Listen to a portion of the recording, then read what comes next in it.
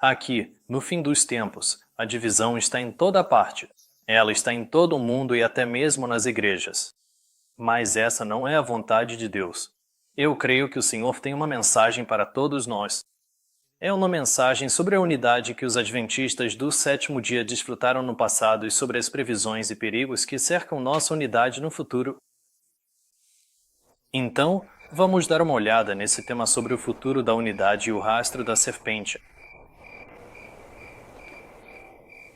Em setembro passado, eu estava assistindo a um vídeo do pastor Doug sobre a encíclica do Papa e vi algo nesse vídeo que me chamou a atenção. Primeiro, aqui está um trecho do vídeo em que o pastor Doug fala sobre o apelo do Papa para guardar o domingo como um meio de combater o aquecimento global. E essa era a encíclica do Papa sobre o meio ambiente. E nisso, por favor, não perca! Ele começa todo esse vídeo fazendo referência à sua famosa encíclica sobre o meio ambiente, que diz no parágrafo 237, no domingo, nossa participação na Eucaristia tem uma importância especial. O domingo, assim como o sábado judaico, deve ser um dia que cura nossos relacionamentos com Deus, conosco mesmos, com os outros e com o mundo. Agora, é claro, toda essa encíclica sobre o meio ambiente está falando sobre. Agora, enquanto o pastor Doug está focando na questão do sábado, você viu o que eu vi? Deixe-me voltar um pouco. Bem ali, logo abaixo da parte da encíclica que trata do descanso dominical, eu vi o grande título em negrito, na Trindade e a relação entre as criaturas. Pensei em isso é bem interessante. O que a Trindade tem a ver com o plano do Papa para salvar o mundo? Então fui ao site do Vaticano e abri a encíclica para ver com meus próprios olhos. O título completo é bastante blasfemo, então nem vou ler. Mas quando descemos até o documento, você verá 35 títulos para várias partes do texto. Acontece que a parte sobre o descanso dominical e a parte sobre a Trindade estão logo juntas. O Papa continua explicando: o mundo foi criado pelas três pessoas e, consequentemente, quando contemplamos com admiração o universo em toda a sua grandeza e beleza, devemos louvar toda a Trindade. Mas por quê? Por que as pessoas precisam louvar e adorar a Trindade? O Papa diz que a Trindade deixou sua marca em toda a criação e que o mundo, criado segundo o modelo divino, é uma teia de relacionamentos. O Papa está basicamente dizendo que a unidade dos relacionamentos entre as pessoas na Terra deve imitar a unidade dos relacionamentos entre as três pessoas da Trindade, que ele afirma ser o modelo divino. Sua observação final resume tudo quando ele diz: em tudo está interligado e isso nos convida a desenvolver uma espiritualidade dessa solidariedade global que flui do mistério da Trindade. Então, aqui está o ponto principal do Papa em toda essa sessão sobre a Trindade. Como tudo na Terra está interligado, nossa solidariedade global, ou seja, nossa unidade global, flui do mistério da Trindade. Em outras palavras, para que haja unidade global, ela deve vir através da adoração e do louvor à Trindade como um todo. Então, imagine minha surpresa quando encontrei o mesmo sentimento expresso nas crenças fundamentais da Igreja Adventista do Sétimo Dia, especificamente na crença fundamental número 14, intitulada Unidade no Corpo de Cristo, e li na última frase: esta unidade tem sua fonte na unicidade do Deus Triuno, que nos adotou como seus filhos. Eu mal pude acreditar. A Igreja Adventista do Sétimo Dia, assim como a Igreja Católica Romana, ambas acreditam que a unidade vem da adoração à Trindade. O que isso pode significar, senão que a Igreja Católica Romana e a Igreja Adventista do Sétimo Dia, ambas por meio de suas declarações oficiais, acreditam que a unidade só pode ser alcançada com base na adoração à Trindade. E isso levanta a questão: a Trindade Católica é a mesma que a Trindade Adventista do Sétimo Dia? Porque, se forem, então a Igreja Católica Romana e a Igreja Adventista do Sétimo Dia estão unidas em sua adoração ao mesmo Deus. Eu sei que alguns adventistas dizem que adoram uma versão diferente da Trindade em relação aos católicos, e reconheço que cada indivíduo tem o direito de acreditar no que quiser e que existem opiniões e ideias variadas sobre a Trindade. Mas eu só quero mostrar que, oficialmente falando, a partir dos próprios teólogos e publicações da Igreja Adventista do Sétimo Dia, e das declarações e publicações oficiais da Igreja Católica Romana, ambas as igrejas admitem que adoram o mesmo Deus Trindade. Nas atuais 28 crenças fundamentais da Igreja Adventista do Sétimo Dia, lemos sobre a Trindade em há um só Deus, um Pai, Filho e Espírito Santo, uma unidade de 3 pessoas coeternas.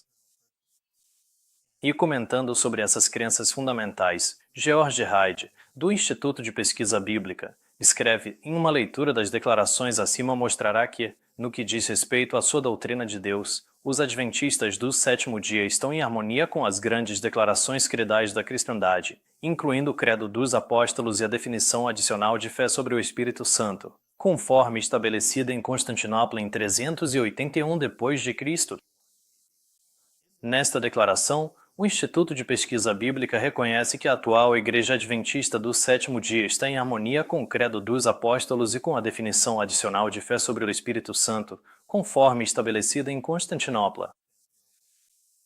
Sobre essa definição adicional de Constantinopla, a Enciclopédia Britânica afirma: o Concílio de Constantinopla também declarou finalmente a doutrina trinitária da igualdade do Espírito Santo com o Pai e o Filho.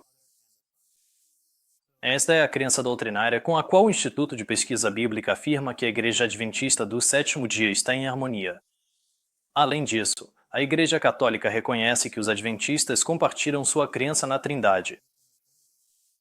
No site catholic.com, lemos um artigo sobre os adventistas do sétimo dia que afirma: os adventistas do sétimo dia concordam com muitas doutrinas católicas, incluindo a Trindade.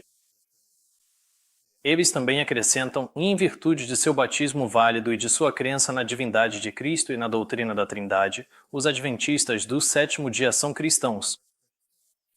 No entanto, apesar de a Igreja Adventista do sétimo dia ter a mesma crença na Trindade que os católicos, alguns adventistas, reconhecendo os perigos das doutrinas papais, insistem que não adoram o mesmo Deus Trindade que os católicos.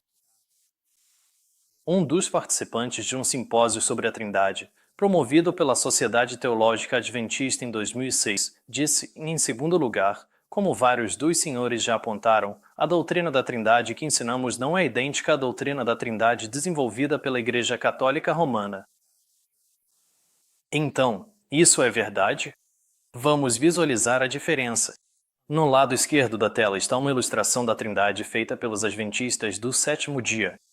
Ela apareceu no Novo Auxílio Pictórico para o Estudo da Bíblia, na página 74. No lado direito da tela está uma ilustração visual da Trindade feita por católicos, que aparece no site Catholic Biblium 01. Como você provavelmente percebeu, a maior diferença é que os adventistas preferem cores. Meu ponto é simplesmente que não há diferença. A verdadeira questão, no entanto, se resume ao fato de Deus ser um único ser ou três. O trinitariano ortodoxo acredita que Deus é um só ser, composto por 3 pessoas, enquanto o triteísta acredita que Deus são 3 seres. Então, para simplificar as coisas, vamos dar uma olhada se católicos e adventistas acreditam que esse Deus Trindade é um ser ou 3. De acordo com o Catholicans Verse, sob o título A Trindade, os católicos acreditam que, em o Pai, o Filho e o Espírito são 3 pessoas divinas que são um só ser divino. Mais uma vez, quando olhamos para o Instituto de Pesquisa Bíblica para a Doutrina e Ensino Oficial da Igreja Adventista do Sétimo Dia, eles afirmam que nós não adoramos 3 deuses, mas um Deus que se revela e consiste de 3 pessoas. Então aqui, o Instituto de Pesquisa Bíblica, que sustenta e explica as doutrinas da Igreja Adventista do Sétimo Dia, concorda com a doutrina católica da Trindade de que há um Deus que é 3 pessoas. A declaração continua e nas 3 pessoas compartilham uma natureza indivisível. Depois eles esclarecem novamente e não cremos em 3 deuses, mas em um Deus em 3 pessoas. Essas 3 personalidades participam de uma substância. Na unidade divina, há 3 pessoas coeternas e coiguais que, embora distintas, são o único Deus indivisível. Portanto, a publicação oficial adventista do sétimo dia do Instituto de Pesquisa Bíblica afirma e não cremos em 3 deuses. Isso representa um afastamento significativo da crença da maioria dos adventistas do sétimo dia, já que eles realmente acreditam em 3 deuses. mas a própria Igreja acredita em um Deus em três pessoas. E como isso funciona? É claro, é um mistério. No entanto, ele continua dizendo que três personalidades são uma substância. E alguns dias depois de adicionar essa declaração a este vídeo, me deparei com uma realização horripilante. Na definição da Trindade no Catecismo Católico, afirma-se exatamente a mesma coisa, quase palavra por palavra. Eles dizem na linha 253, e não confessamos três deuses, mas um Deus em três pessoas, a Trindade consubstancial. Para apontar o óbvio, é quase como se o Instituto de Pesquisa Bíblica tivesse copiado essa declaração do Catecismo e depois reescrito sem mudar o significado.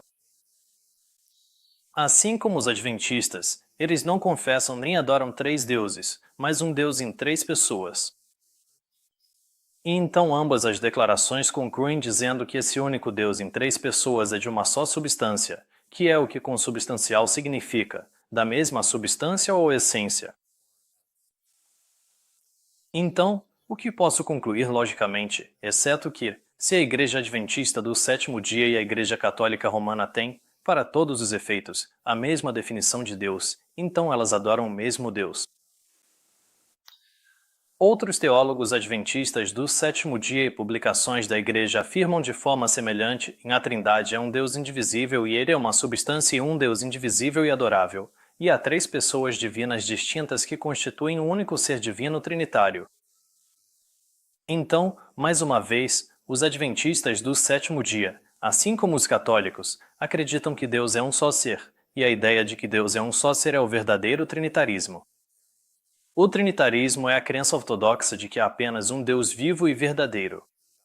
No entanto, esse único Deus é uma unidade de três pessoas que são de uma só substância, e as três são obviamente uma, inextricavelmente ligadas em uma única substância divina, e constituem um único ser divino trinitário. E um ser, mais três pessoas, é a linguagem que usamos, diz Paul Peterson no artigo Deus em Três Pessoas no Novo Testamento, do Instituto de Pesquisa Bíblica. A compreensão adventista do sétimo dia sobre Deus é que ele é um único ser e as três pessoas são de uma só substância, o que não é diferente da doutrina católica, é a doutrina católica. Portanto, a Igreja Adventista do Sétimo Dia acredita oficialmente que a Bíblia se refere a um único ser divino de uma só substância e não a uma pluralidade de seres divinos. Essa visão de que esse único ser chamado Deus é composto por três pessoas, mas ainda assim é de uma só substância, é precisamente a visão trinitária ortodoxa. Um pastor adventista escreveu: o verdadeiro dogma trinitário ortodoxo insiste em três hipóstases diferentes, ou usia, em um só ser, uma trindade. E podemos confirmar que essa é a visão católica, já que o Vaticano afirma no Catecismo em seu site que a Igreja usa o termo substância, também traduzido às vezes por essência ou natureza, para designar o ser divino em sua unidade. O termo pessoa, ou hipóstases, serve para designar o Pai, o Filho e o Espírito Santo na distinção real entre eles. Portanto, a visão trinitária católica é sinônima do ensinamento da Igreja Adventista do Sétimo Dia. Ambos acreditam em um único ser divino que é uma só substância, que de alguma forma é composta por três pessoas. Portanto, realmente não posso chegar a outra conclusão se não perceber que a Igreja Adventista do Sétimo Dia reconhece oficialmente e adora o Deus do Anticristo.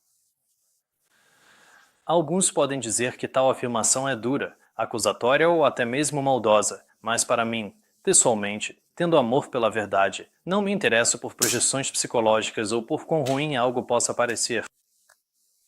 Eu só quero saber uma coisa, e isso é verdade? A Igreja Adventista do Sétimo Dia mudou gradualmente, dos anos 1930 aos anos 1950, para a visão cristã ortodoxa sobre a Trindade e a divindade de Cristo. Mas isso não significa que todos os adventistas do Sétimo Dia hoje tenham a mesma visão trinitária ortodoxa conforme entendida e ensinada oficialmente pela Igreja. Na verdade, a maioria não tem. E, em vez disso, acreditam que existem três seres divinos e não apenas um. A Adventista Review publicou um artigo em 1996 dizendo: em um dos seres divinos aceitou e assumiu o papel de pai, outro o papel de filho. o ser divino restante, o Espírito Santo, também participaria na realização do plano da salvação. No site Amazing Facts, eles dizem: o Deus que criou é composto por 3 seres separados. Mas no site oficial da Igreja Adventista do Sétimo Dia, adventistista.org, a Igreja declarou imortal, todo-poderoso e todo-amoroso. Deus é um relacionamento de Pai, Filho e Espírito Santo, o único ser digno da nossa adoração. Então, mesmo no site oficial da Igreja Adventista do Sétimo Dia, eles afirmam que acreditam que Deus é um só ser, ou pelo menos afirmavam. Porque em algum momento de 2018, a Igreja reformulou esta declaração, removendo a referência a Deus como o único ser. No entanto, o ensinamento oficial da Igreja ainda é que Deus é um ser, enquanto alguns ministros e publicações importantes na Igreja ensinam que existem 3 seres divinos. Mas você tem algo mais a dizer sobre os 3 seres celestiais, ou seja, os 3 seres celestiais. Esse é o número perfeito para o amor.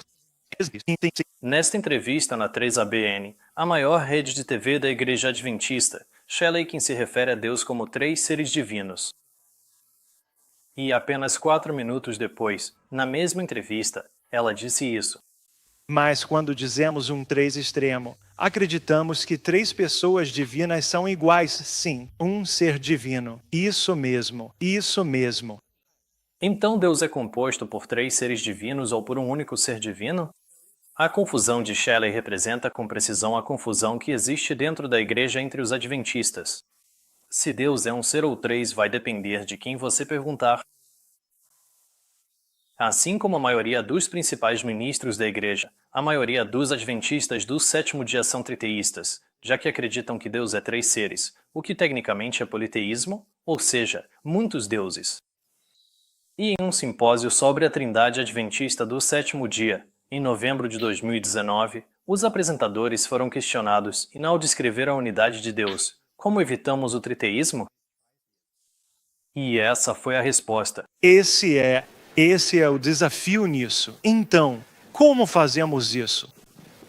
Acho que é sempre importante lembrarmos, quando falamos sobre a Trindade, que temos uma compreensão sólida da unicidade de Deus. Se não mantivermos isso, não somos cristãos monoteístas. Na verdade, seríamos politeístas, e isso não é cristianismo. Então, o adventismo tem uma tendência, como o Dr. Bauer apontou, ao triteísmo, da qual precisamos ter muito cuidado. Foi dito que o triteísmo não é cristianismo, e isso é verdade porque é politeísmo, a crença em muitos deuses, o que é paganismo.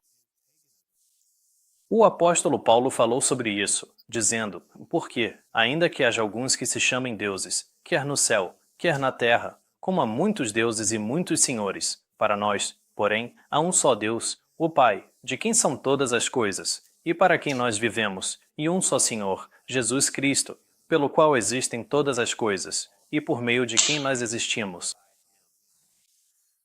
Com a Igreja Adventista do Sétimo Dia e a Igreja Católica Romana oficialmente sustentando a mesma posição doutrinária sobre a Trindade, o único ser divino em 3 pessoas, a Igreja Adventista do Sétimo Dia já está unida ao papado em sua compreensão e adoração a Deus. Isso é extremamente perigoso porque a mensagem do terceiro anjo foi enviada ao mundo, advertindo as pessoas contra receberem a marca da besta ou de sua imagem em suas testas ou em suas mãos. Receber essa marca significa tomar a mesma decisão que a besta tomou e defender as mesmas ideias, em direta oposição à palavra de Deus. Sobre todos os que recebem essa marca, Deus diz: o mesmo beberá do vinho da ira de Deus, que se deitou, não misturado, no cálice da sua indignação, e será atormentado com fogo e enxofre diante dos santos anjos e diante do Cordeiro. Para aqueles que não estudaram a fundo o assunto de Deus ou da Trindade como se sua vida dependesse disso, eu pergunto: de que adianta adorar o Deus errado no dia certo? Em Apocalipse 13, lemos sobre uma unidade global quando a profecia diz: e toda a terra se maravilhou após a besta. Quando diz toda a terra, podemos chamar isso de solidariedade global ou unidade global, já que o mundo inteiro está fazendo algo junto. E o que eles estão fazendo juntos? Lemos nas palavras seguintes, e eles adoraram o dragão. Mais adiante, no versículo 8, e todos os que habitam sobre a terra o adorarão. Essa profecia no livro do Apocalipse realmente revela que haverá uma forma de unidade global. E em que todos eles estão unidos? É na adoração. Então, quando o Papa, o porta-voz da primeira besta, fala e diz que a solidariedade global flui do mistério da Trindade, e a Igreja Adventista do sétimo dia ao mesmo tempo acredita que essa unidade tem sua origem na unicidade do Deus Triuno, devemos reconhecer nessas declarações não apenas o cumprimento das profecias de Apocalipse 13, mas também a inclusão da Igreja Adventista do sétimo dia nessas profecias, unindo-se na adoração da besta e de seu Deus Trindade. Eu sei que muitos cristãos não acreditam que estão adorando o mesmo Deus que o Anticristo, mas é aí que reside o perigo do engano. Jesus disse à mulher no poço, em vós adorais o que não conheceis. Nós adoramos o que conhecemos, pois a salvação vem dos judeus. E depois de dizer à mulher que ela não sabia o que estava adorando, ele acrescentou, e mais a hora vem, e agora é, em que os verdadeiros adoradores adorarão o Pai em espírito e em verdade, porque o Pai procura tais que assim o adorem. Deus é espírito, e os que o adoram devem adorá-lo em espírito e em verdade. Jesus instrui que, se formos adorar a Deus, deve ser tanto em espírito quanto em verdade.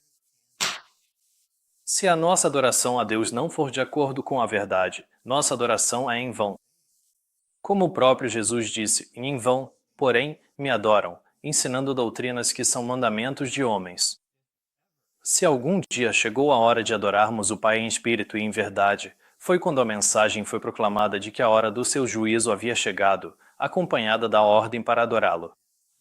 E esse tempo começou há 175 anos.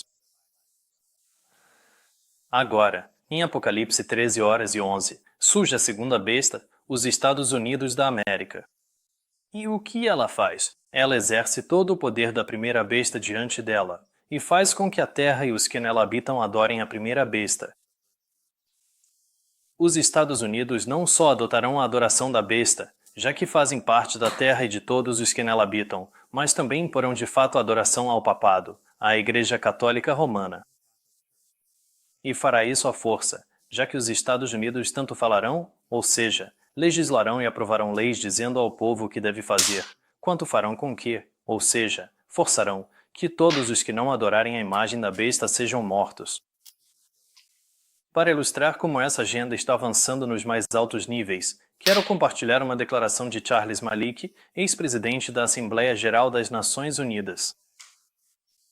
Ao dar uma palestra como convidado em Harvard, ele disse: "A única esperança para o mundo ocidental está em uma aliança entre a Igreja Católica Romana, que é o elemento mais comumente influente, controlador e unificador na Europa, e a Igreja Ortodoxa Oriental. Roma deve se unir à Ortodoxia Oriental porque a Igreja Ortodoxa Oriental controla o oeste do Oriente Médio, o extremo leste do Mediterrâneo, e se eles não solidificarem esse controle, o Islã marchará pela Europa. O Islã é político. A única esperança para o mundo ocidental, então, está em uma Europa unida sob o controle do Papa. E então todos os cristãos protestantes ao redor do mundo devem se submeter ao Papa para que tenhamos um mundo cristão unificado. Como o ex-presidente da Assembleia Geral das Nações Unidas prevê que surgirá um mundo cristão unificado, trazendo os cristãos protestantes de todo o mundo à submissão ao Papa, e é exatamente isso que as profecias de Apocalipse 13 nos dizem que acontecerá. E quão difícil será trazer o mundo protestante à submissão ao Papa quando eles já adoram o mesmo Deus e a maioria também acredita que o domingo é o sábado e que a alma nunca morre. Portanto, essa adoração à besta e essa solidariedade ou unidade global não são necessariamente alcançadas apenas por argumentos convincentes, mas também por meio do engano, como diz a profecia, em enganos que habitam sobre a terra. Essa unidade, quando não pode ser garantida por argumentos convincentes, milagres ou até mesmo engano, será imposta pela força, porque, se não adorarem a besta ou sua imagem, deverão ser mortos. Esse não é o método de Deus para promover a unidade, nem jamais será. A força é o último recurso de toda religião falsa. Vou repetir isso, porque esse ponto não deve ser esquecido. A força é o último recurso de toda religião falsa. No início, ela tenta atrair, assim como o rei da Babilônia tentou usar o poder da música e do espetáculo exterior. Se essas atrações, inventadas pelos homens e inspiradas por Satanás, não conseguissem fazer com que as pessoas adorassem a imagem, as chamas famintas da fornalha estavam prontas para consumi-las. Assim será agora. O papado exerceu seu poder para obrigar os homens a obedecê-lo e continuará a fazê-lo. Assim como na antiga Babilônia, toda entidade religiosa que faz parte da Babilônia moderna também usará os mesmos métodos em atração, diversões e música. E se esses meios falharem, o fim dessa religião falsa será a força. Bom, olá, pessoal. Sejam bem-vindos à igreja. Meu nome é Paco. Mas o uso da força é contrário aos princípios do governo de Deus. Ele deseja apenas o serviço do amor, e o amor não pode ser ordenado. O amor não pode ser conquistado pela força ou autoridade. Somente pelo amor se desperta o amor. Conhecer a Deus é amá-lo. Seu caráter deve ser manifestado em contraste com o caráter de Satanás. Esse trabalho, apenas um ser em todo o universo poderia realizar. O único ser em todo o universo que podia revelar o Pai era o Filho, que procedeu e veio de Deus, que, sendo o resplendor da sua glória e a expressa imagem da sua pessoa, também era Deus em natureza.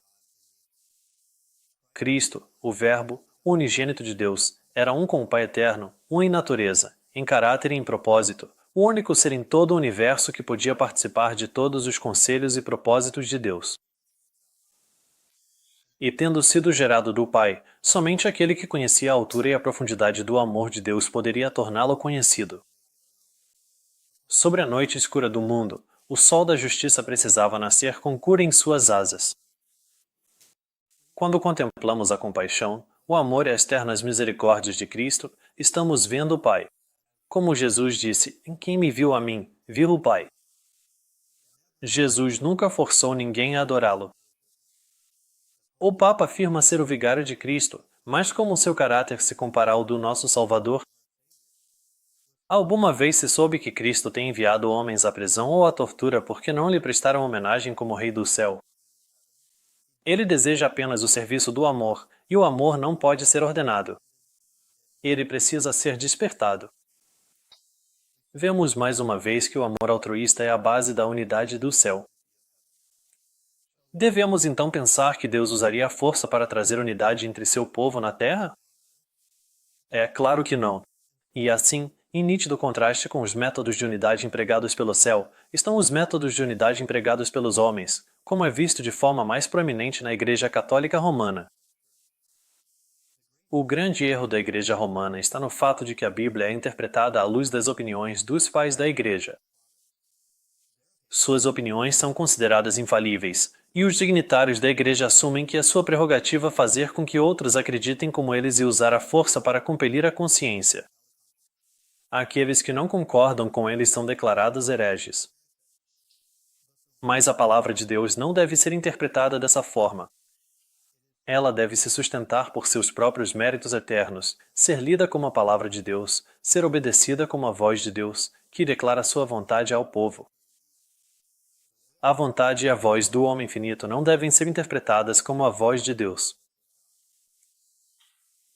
Sempre que onde quer que dignitários de qualquer igreja interpretam a Bíblia à luz das opiniões e tradições dos homens, e então assumem que é seu direito fazer com que outros acreditem como eles, e depois procuram compelir a consciência ameaçando-os com punição, censura, chamando-os de hereges ou excluindo-os da comunhão, até mesmo matando-os, pode ter certeza de que é o espírito da Igreja Romana e do Anticristo que está buscando a conformidade de seus membros ao seu credo por quaisquer meios necessários, especialmente quando tais pessoas nem sequer se dispõem a sentar e participar de uma investigação aberta e honesta das Escrituras.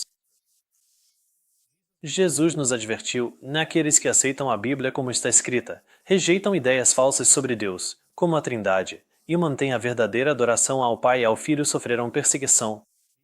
Estas coisas vos tenho dito para que não vos escandalizeis. Expulsar-vos-ão das sinagogas. Sim, vem a hora em que todo aquele que vos matar cuidará estar prestando culto a Deus. E isto vos farão porque não conheceram ao Pai nem a mim. Nesta declaração, fica inegavelmente claro que aqueles que perseguem não reconhecem nem conhecem o Pai nem o Filho. Eles conhecerão apenas o Deus deste mundo, o Deus Trindade, de cuja adoração e louvor brota a solidariedade e unidade global que traz todo o mundo sob a bandeira e adoração da besta. Sabemos que essa prova da marca da besta está relacionada à lei de Deus, em especial, aquelas leis que dizem respeito à adoração a Deus. Em vez de adorá-lo no sétimo dia, o sábado, o memorial de sua criação e o sinal de seu governo, aqueles que adoram a besta abraçarão o sábado falso. A adoração no domingo, que é o sinal do governo papal e de seu poder para mudar a lei de Deus, como Daniel profetizou ao escrever, proferirá palavras contra o Altíssimo, e destruirá os santos do Altíssimo, e cuidará em mudar os tempos e a lei. Como o vídeo do pastor Doug destaca, o papado está realmente intensificando seus esforços para promover a observância do domingo, apresentando-a não apenas como um meio de conter o aquecimento global, mas também tornando a observância do domingo como sábado um mandato ético necessário a ser imposto para o bem comum de toda a humanidade. Só na semana passada, o Papa se reuniu com o presidente Trump e lhe entregou uma cópia de sua encíclica, Laudato Si, que defende a necessidade de uma ação forte e urgente para deter a crise climática. O Papa escreveu: o clima é um bem comum, pertencente a todos e destinado a todos. A Bíblia nos diz que ministrar às necessidades da criação de Deus é um ato de adoração. Ignorar essas necessidades é desonrar o Deus que nos criou. Aqueles que obedecerem a essa lei quando ela vier receberão a marca da besta. Mas essa última batalha ética sobre a adoração não se limita apenas ao sábado. A mensagem do terceiro anjo nos adverte sobre a classe dos falsos adoradores, dizendo: e não tem descanso, nem de dia nem de noite, os que adoram a besta e a sua imagem, e todo aquele que recebe a marca do seu nome. Neste único versículo há um alerta contra aqueles que violam qualquer um dos 4 primeiros mandamentos da lei de Deus, que dizem respeito à adoração. Com relação a esses falsos adoradores, vemos que eles não têm descanso porque violam o 4º mandamento, que nos convida a entrar no descanso sabático de Deus no 7º dia. Aqueles que adoram a besta também recebem a marca do seu nome, o que é uma transgressão do 3º mandamento, que diz para não tomar o nome do Senhor teu Deus em vão. Aqueles que adoram a besta também adoram a sua imagem, o que é uma violação do 2º mandamento que proíbe a adoração de imagens, e eles violam o 1º mandamento porque adoram a besta, o que é uma transgressão da ordem de Deus, e não terás outros deuses diante de mim. Portanto, para que aqueles que pensam que a mensagem do terceiro anjo se refere apenas ao sábado prestem atenção, a mensagem do terceiro anjo diz respeito aos 4 primeiros mandamentos da lei de Deus, todos eles relacionados à adoração do verdadeiro Deus, em contraste com a adoração ao falso Deus Trindade da Babilônia, sua imagem e ídolos, seus nomes de blasfêmia e esse sábado falso e idólatra do culto dominical. É esse sábado falso que, ao ser observado, presta homenagem e adoração ao Deus Sol chamado Trindade. E isso não é a minha opinião, é o que os próprios católicos dizem sobre o seu dia de adoração. No Catecismo Romano, o livro da fé e doutrina da Igreja Católica Romana, lemos e pergunta: o que é o domingo ou o dia do Senhor em geral? Resposta: é um dia dedicado pelos apóstolos à honra da Santíssima Trindade, e em memória de que Cristo, nosso Senhor, ressuscitou dos mortos em um domingo, enviou o Espírito Santo em um domingo, e por isso é chamado de Dia do Senhor. É chamado de domingo a partir da antiga denominação romana de Dies Solis, o dia do sol, ao qual era sagrado. A partir desta afirmação, vemos que o domingo, o dia de adoração do sol, é dedicado à adoração da Trindade. Portanto, é o Deus Trindade que recebe a homenagem e a adoração daqueles que observam o domingo. Fica claro que o dia de adoração e o Deus que é adorado estão ligados um ao outro. Eles estão ligados juntos no Catecismo, estão ligados juntos na encíclica do Papa, estão ligados juntos nas profecias do Apocalipse e na mensagem do terceiro anjo, e estão ligados juntos na apostasia que ocorreu ao pé do Monte Sinai.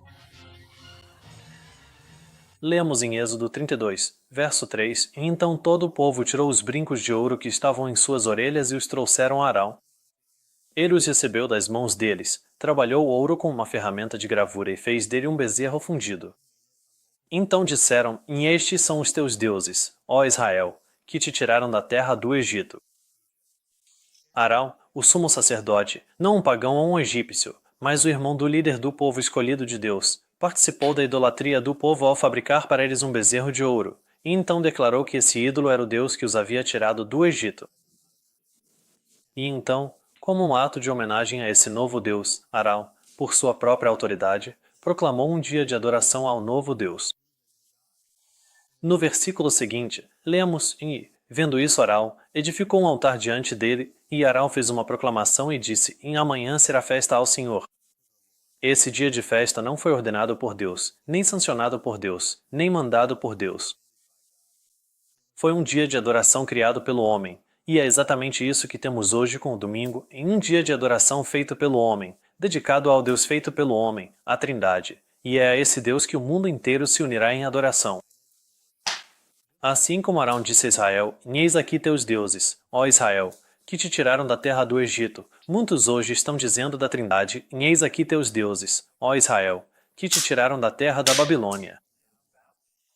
Mas, na verdade, o Deus do Egito foi o Deus que tirou Israel do Egito?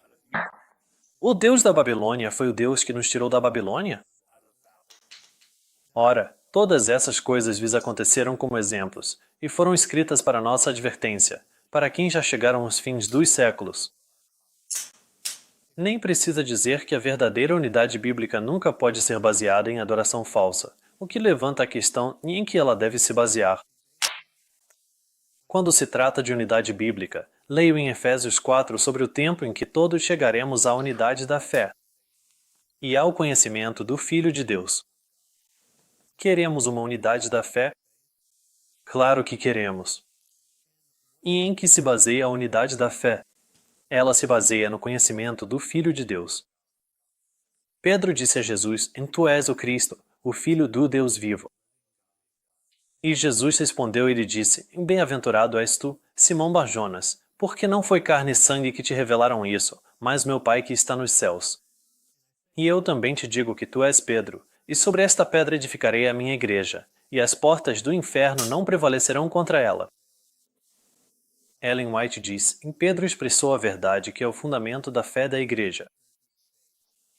A confissão de que Cristo é o Filho de Deus é o fundamento da fé da Igreja. E a promessa é que as portas do inferno não prevalecerão contra ela.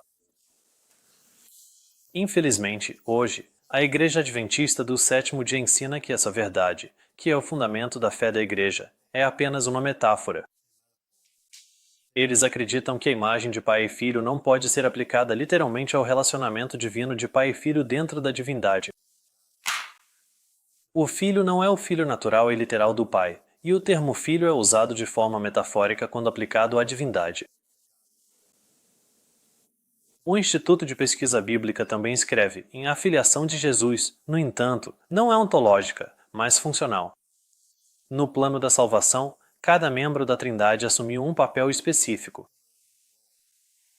Embora a Igreja Adventista do Sétimo Dia possa não acreditar que Jesus seja literalmente um filho, nem sempre foi assim. Ellen White escreveu: Jesus Cristo é o Divino Filho de Deus. Não estou seguindo nenhuma fábula engenhosamente inventada. E após se dirigir a Deus como seu pai em oração diante do túmulo de Lázaro, Ellen White comenta: aqui, os discípulos e o povo receberiam a evidência mais convincente a respeito do relacionamento entre Cristo e Deus. Eles viriam que a afirmação de Cristo não era uma ilusão.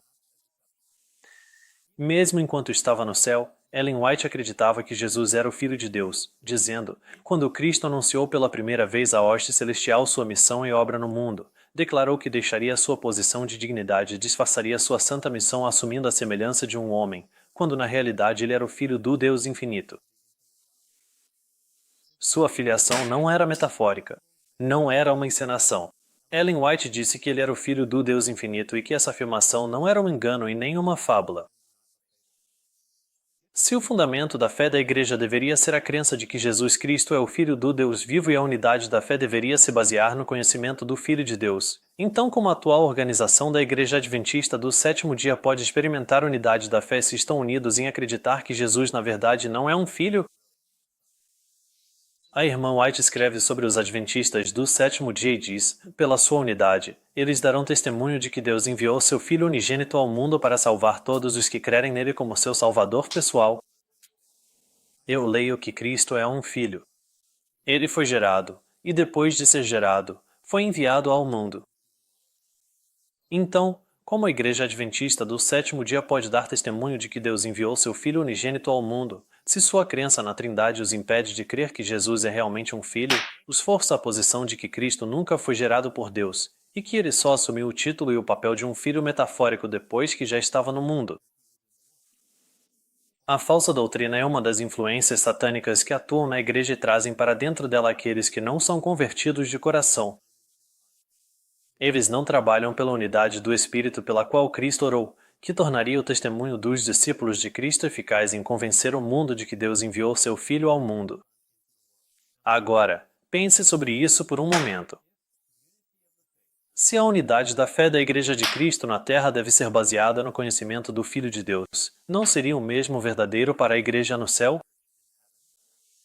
Foi surpreendente para mim, ao estudar esse assunto, perceber que o mesmo método que o diabo está usando para destruir a unidade da fé aqui na Terra, ele já havia usado para destruir a unidade no céu, e fez isso tentando destruir o conhecimento do Filho de Deus. Bem, Lúcifer, ele estava se esforçando. Ele tinha glória nos átrios celestiais, mas estava lutando para ocupar o lugar de Cristo ao lado de Deus. Depois, ele queria ser Deus, mas não conseguiu alcançar isso. Por quê? Cristo era o único Filho unigênito de Deus, e Lúcifer, aquele anjo glorioso, iniciou uma guerra por causa disso. Na tentativa de validar sua reivindicação de ocupar uma posição ao lado de Cristo, Lúcifer tentou convencer os anjos de que Cristo não era realmente o único Filho unigênito de Deus. Mas os anjos que eram leais e fiéis procuraram reconciliar esse poderoso anjo rebelde com a vontade de seu Criador.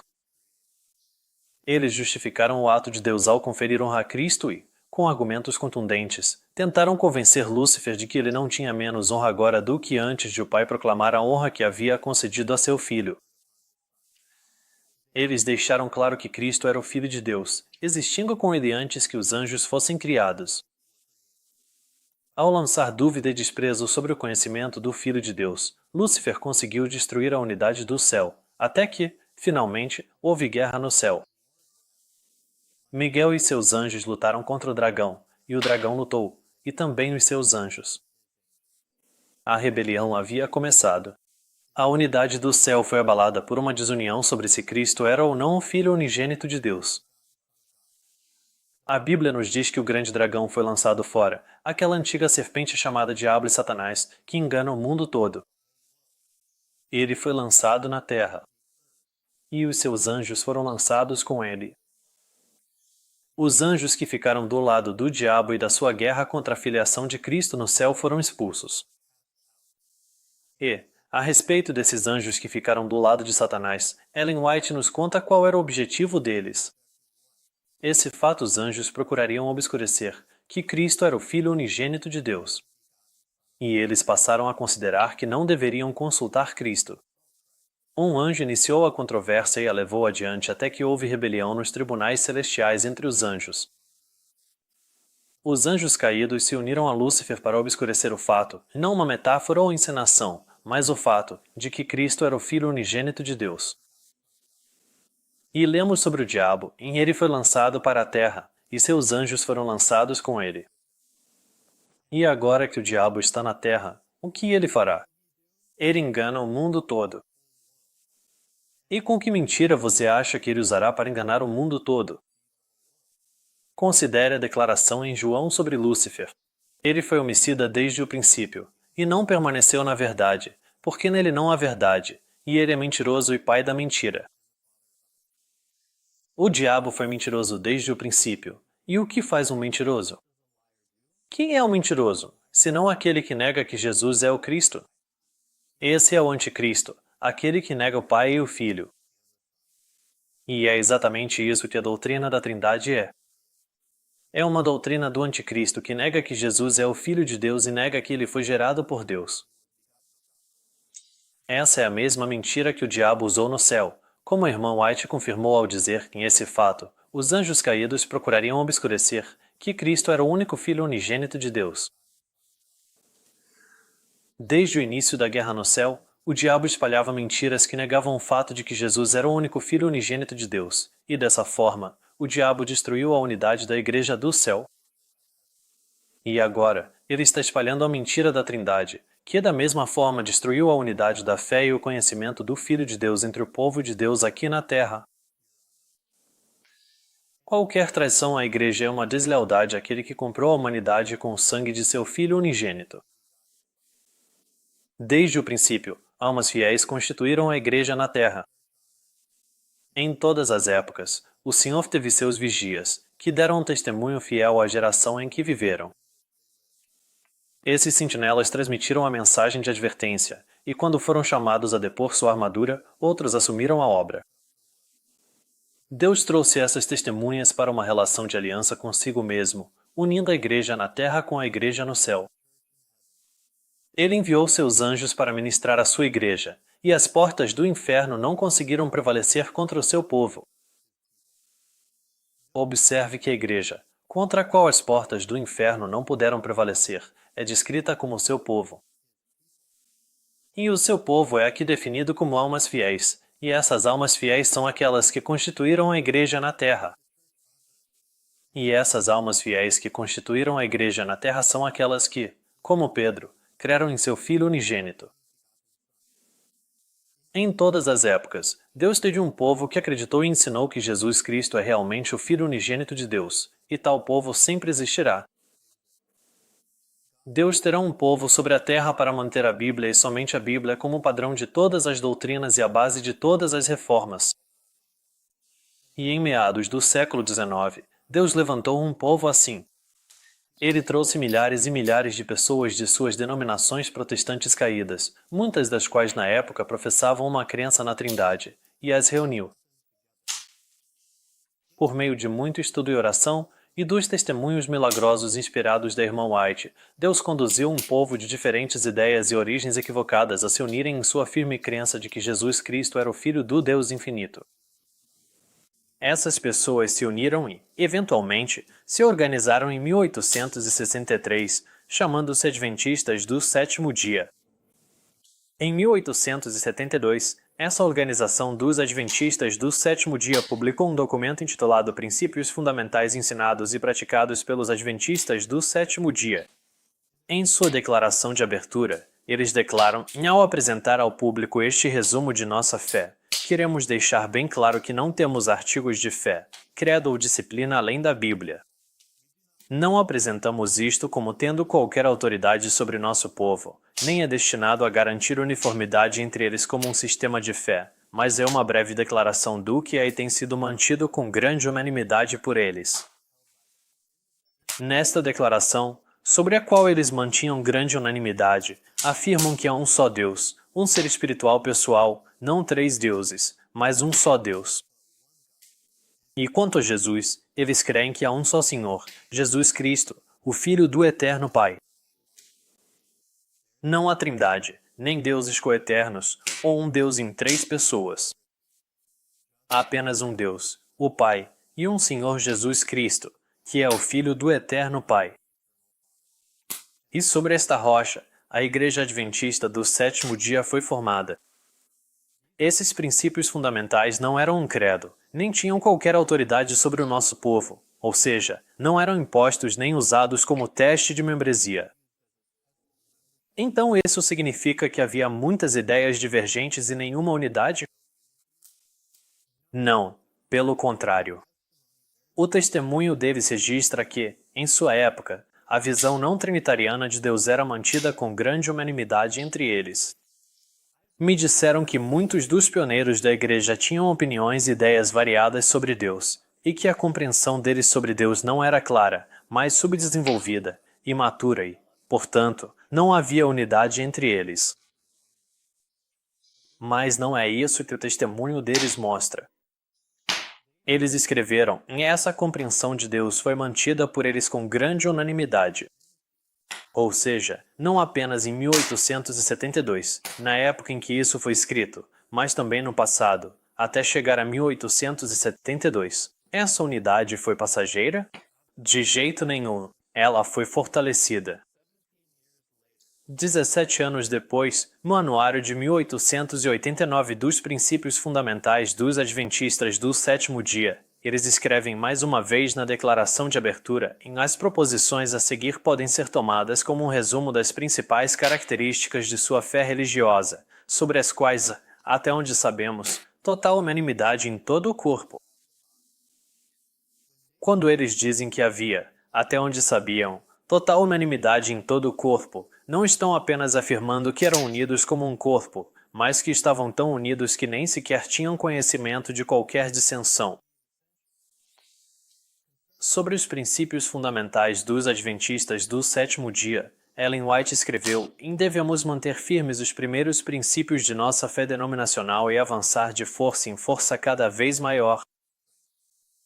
Sempre devemos manter a fé que foi confirmada pelo Espírito Santo de Deus desde os primeiros acontecimentos de nossa experiência até o tempo presente. Podemos ser fortalecidos e confirmados na experiência passada que nos mantém ligados aos pontos essenciais da verdade que nos fizeram que somos adventistas do sétimo dia. Os últimos 50 anos não diminuíram em nada, nenhum princípio sequer, da nossa fé, assim como recebemos as grandes e maravilhosas evidências que nos foram confirmadas em 1844, após o término do tempo. Nenhuma palavra foi mudada ou negada. Aquilo que o Espírito Santo testificou como verdade após o término do tempo, em nossa grande decepção, é o sólido fundamento da verdade. Pilares da verdade foram revelados, e nós aceitamos os princípios fundamentais que nos tornaram o que somos, adventistas do sétimo dia, guardando os mandamentos de Deus e tendo a fé de Jesus. Ellen White escreveu em 1905 que esses princípios da nossa fé denominacional foram confirmados pelo Espírito Santo, e que de 1844 até 1905, quando ela escreveu isso, nenhuma palavra foi mudada ou negada, e esses princípios da nossa fé denominacional foram testificados como verdade pelo Espírito Santo. Ela escreveu: mensagens de toda ordem e tipo têm sido apresentadas aos adventistas do sétimo dia para tomar o lugar da verdade, a qual, ponto por ponto, foi buscada através de estudo cuidadoso e testificada pelo poder milagroso do Senhor. Mas os marcos que nos fizeram o que somos devem ser preservados, e eles serão preservados.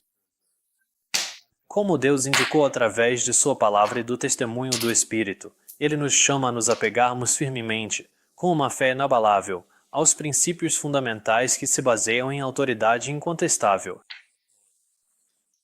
E aqui tem uma cópia dos princípios fundamentais de 1872 sobre os quais a Igreja Adventista do Sétimo Dia se uniu, e esses são os princípios da verdade aos quais eles se apegaram com esse grupo de fé durante os primeiros 50 anos, e até mesmo por algum tempo além disso.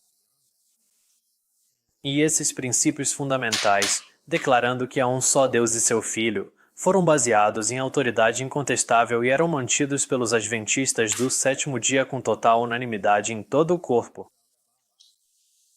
Mas assim como Satanás iniciou uma guerra sobre a questão de Cristo ser o Filho unigênito para perturbar a unidade do céu, ele agora travaria a guerra contra a unidade do povo de Deus na terra e contra os princípios fundamentais sobre os quais eles estavam unidos. Ellen White advertiu: Satanás está se infiltrando com sua sofisticação para minar os princípios da nossa fé, e Satanás espera envolver o povo remanescente de Deus na ruína geral que está para vir sobre a terra. À medida que a vinda de Cristo se aproxima, ele será mais determinado e decisivo em seus esforços para derrubá-los. Agora preste atenção, porque ela vai revelar como Satanás tentará derrubar os adventistas do sétimo dia. Homens e mulheres surgirão, professando ter alguma nova luz ou alguma nova revelação, cuja tendência é abalar a fé nos antigos marcos. Suas doutrinas não resistirão ao teste da palavra de Deus, mas mesmo assim almas serão enganadas. Irmã White não diz aqui o que eles alegarão como nova luz, mas ela fala sobre o efeito que essa nova luz terá, e que ela irá abalar a fé nos antigos marcos. Entrando em mais detalhes sobre como Satanás irá abalar a fé dos adventistas do sétimo dia nesses antigos marcos, ela diz: um inimigo das almas procurou introduzir a suposição de que uma grande reforma deveria ocorrer entre os adventistas do sétimo dia, e que essa reforma consistiria em abandonar as doutrinas que são os pilares da nossa fé e se envolver em um processo de reorganização. Se essa reforma viesse a acontecer, qual seria o resultado? Os princípios da verdade que Deus, em sua sabedoria, deu à igreja remanescente seriam descartados. Nossa religião seria mudada. Os princípios fundamentais que sustentaram a obra nos últimos 50 anos seriam considerados como erro. Essa profecia não se refere a algum tempo futuro, ela já foi cumprida, pois desde 1980, a Igreja Adventista do Sétimo Dia já não mantém esses princípios fundamentais. Para proclamar a nova visão trinitariana como correta, disse-se que era uma nova luz, e os antigos princípios fundamentais, que se baseavam em autoridade inquestionável, foram considerados como erro, e assim foi que nossa religião foi mudada, e essa profecia cumprida. Nossa religião mudou tanto que até mesmo o principal historiador adventista, George Knight, reconhece que a maioria dos fundadores do Adventismo do sétimo dia não conseguiria se unir à igreja hoje se tivessem que subscrever as crenças fundamentais da denominação. Mais especificamente, eles não conseguiriam concordar com o número 2, que trata da doutrina da Trindade. O inimigo das almas tem atuado na mente de alguns, levando-os a violentar nossa experiência passada ao misturar com a verdade teorias errôneas e falsas. Ele tem levado ministros e professores a entrelaçarem suas doutrinas a algumas figuras agradáveis de sua própria invenção. Todo desvio da verdade, como a defendemos no passado, é um afastamento da verdade que foi testemunhada pelo Espírito Santo e sobre a qual Deus colocou o seu selo. Sem dúvida, a Igreja Adventista do sétimo dia de fato se desviou das verdades como foram defendidas no passado, e, de forma muito clara, Ellen White advertiu que todo esse desvio é um afastamento da verdade que foi testemunhada pelo Espírito Santo e sobre a qual Deus colocou o seu selo. Os adventistas do sétimo dia, no início, sustentavam com grande unanimidade que Jesus Cristo era o Filho do Pai Eterno. Eles haviam alcançado a unidade da fé e do conhecimento do Filho de Deus, mas, infelizmente, logo após 1888, o inimigo das almas promoveu uma nova reforma, que consistiu em abandonar os princípios fundamentais que eram a base da nossa fé. Esse pecado é tão grave que o próprio Deus deu instruções a Ellen White para o seu povo, caso eles viessem a fazer isso. Ela escreveu: fui instruída a dizer que aqueles que procuram destruir o fundamento que Deus estabeleceu não devem ser aceitos como mestres e líderes do seu povo. Essa instrução não vem de homem algum, mas do próprio Jesus, de que pessoas que ensinam doutrinas, como a Trindade, que destroem o fundamento que Deus estabeleceu, não devem ser aceitas como mestres e líderes do seu povo. Mas quem é o inimigo? São os líderes religiosos? Os pastores? O que diz a palavra de Deus? Pois não lutamos contra carne e sangue, mas contra principados e potestades, contra os dominadores das trevas deste mundo, contra as forças espirituais da maldade nas regiões celestiais. São Satanás e seus anjos que são os inimigos da fé. Jesus realmente nos alertou que haveria lobos entre o rebanho, mas no fim, tanto os lobos que enganaram as ovelhas quanto as ovelhas que se deixaram enganar serão igualmente vítimas de Satanás. Devemos suplicar, orar e interceder por aqueles que estão na igreja, tanto pelos irmãos quanto pelos líderes, mas especialmente pelos líderes que assumiram para si a responsabilidade pelas almas sob sua influência. No entanto, se tais mestres não devem ser reconhecidos como mestres e líderes, como então nós, que cremos nos princípios fundamentais originais dos adventistas do sétimo dia, podemos ter unidade de fé com aqueles que rejeitaram o conhecimento do Filho de Deus sobre o qual esses princípios foram baseados. Agora, estou enfatizando os princípios fundamentais que a Igreja Adventista do Sétimo Dia recebeu de Deus por um motivo, e esse motivo tem a ver com unidade. Ouça com atenção esta próxima declaração sobre o futuro da unidade entre os Adventistas do Sétimo Dia. Se a sua fé na Palavra de Deus for fortalecida, se você aceitar plenamente as verdades que nos chamaram para fora do mundo e nos fizeram um povo denominado pelo Senhor como seu tesouro peculiar, se você se unir aos seus irmãos em defesa dos antigos marcos, então haverá unidade. Mas se você permanecer na incredulidade, inseguro quanto ao verdadeiro fundamento da fé, não haverá mais esperança de unidade no futuro do que houve no passado. Preste muita atenção às palavras dela. Se você permanecer na incredulidade em relação às verdades que nos chamaram para fora do mundo e nos fizeram um povo denominado pelo Senhor, e se continuar inseguro quanto ao verdadeiro fundamento da fé, mas, em vez disso, abraçar um falso fundamento, considerando como erro os princípios fundamentais sobre os quais Deus colocou o seu selo, então não haverá mais esperança de unidade no futuro do que houve no passado. Se os adventistas do sétimo dia de hoje aceitarem como verdade a doutrina da Trindade e considerarem como erro os princípios fundamentais dados aos adventistas do sétimo dia, então não haverá mais esperança de unidade no futuro do que houve no passado.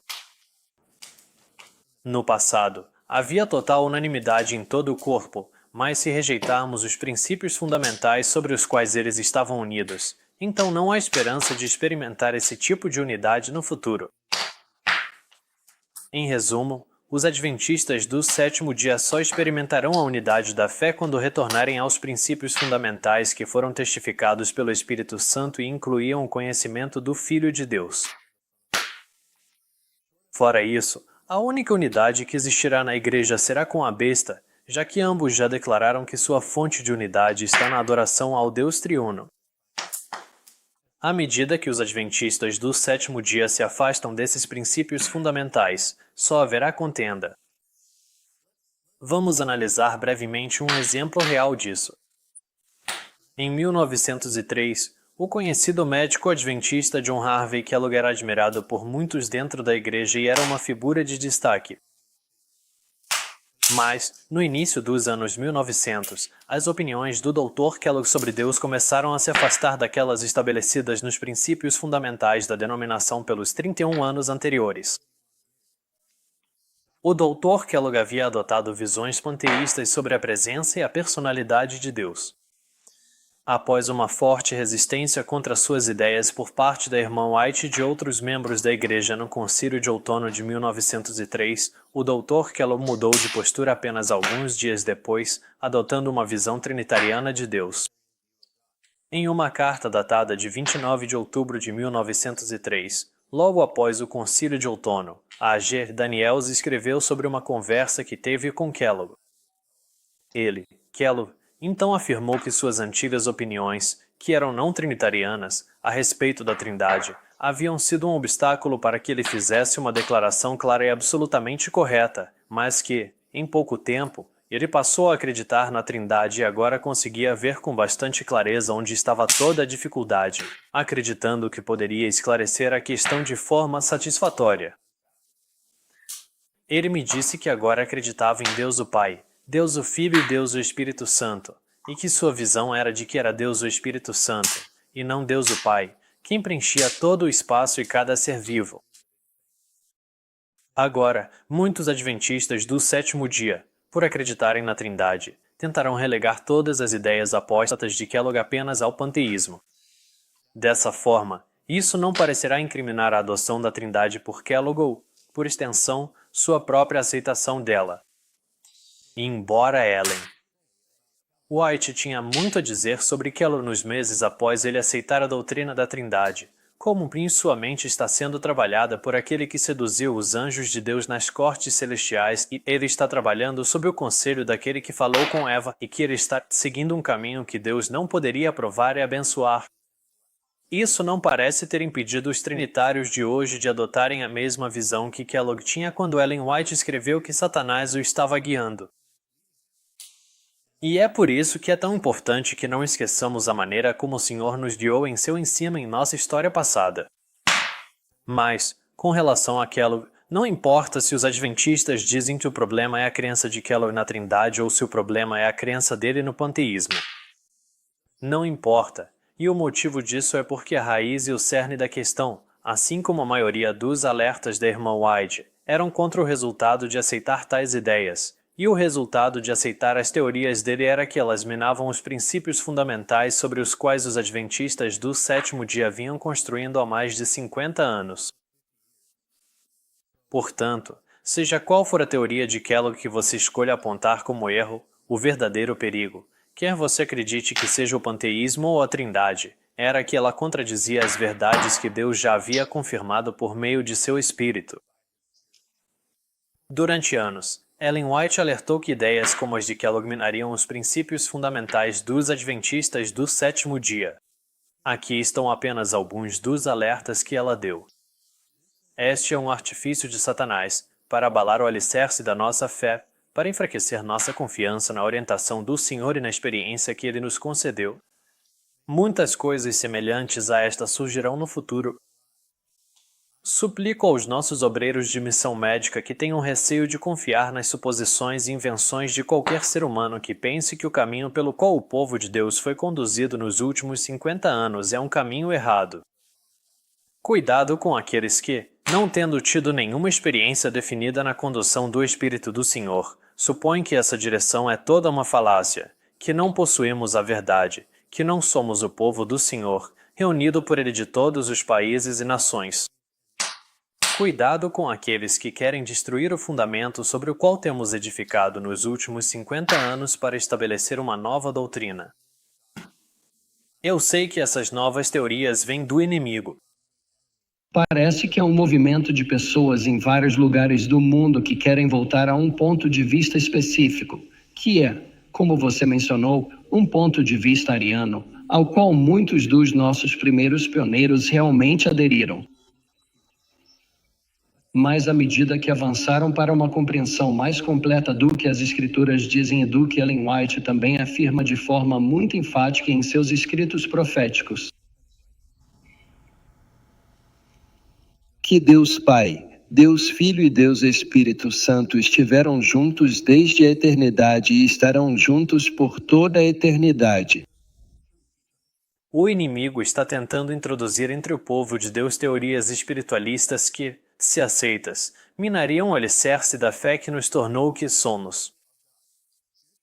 Eu sei que os líderes na obra médico-missionária não sabem para onde seus passos estão levando.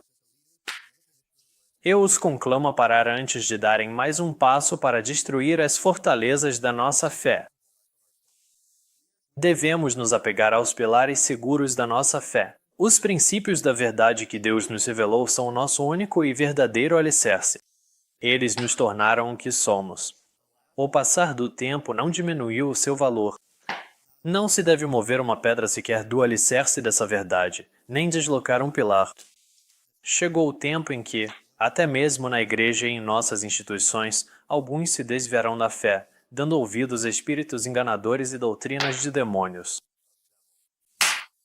Muitos estão em perigo de aceitar teorias e sofismas que minam os pilares fundamentais da fé.